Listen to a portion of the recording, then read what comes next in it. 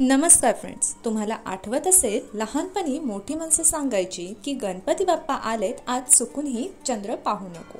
तेव्हा फक्त ऐकायचो, पण चुकून चंद्रदर्शन घेतलं जायचं.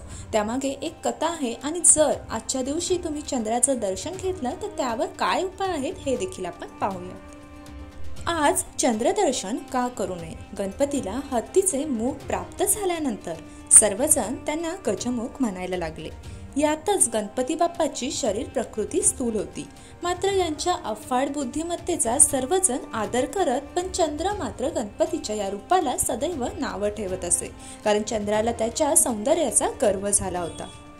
एकदा गणपती बाप्पा आपल्या उंदरावर बसून खाईखाईने जात होते. उंदराला अचानक वाटेत साप दिसला, त्यामुळे तो दचकला.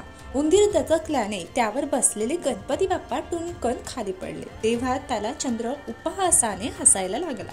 ते पाहून गणपतीला चंद्राचा फार राग आला. गणपतीने चंद्राला श्राप दिला की आजपासून तुझे तोंड कोणीही पाहणार नाही. जो कोणी पाहिल त्यावर खोटा आळ येईल. त्या दिवसापासून चंद्राचे तेज कमी झाले. गणेशाच्या शापाने चंद्र अतिशय भयभीत झाला. मग त्याने ब्रह्मदेवाला प्रार्थना केली. जेव्हा ब्रह्मदेवाने सांगितले, तुला शाप गणेशाने दिला आहे, त्यामुळे तो मागे घेण्याचा अधिकार हा गणेशाचाच आहे, त्यामुळे तू गणेशाला प्रसन्न कर. शेवटी चंद्राने मोठे तप करून श्री गणपती यांना प्रसन्न करून घेतले.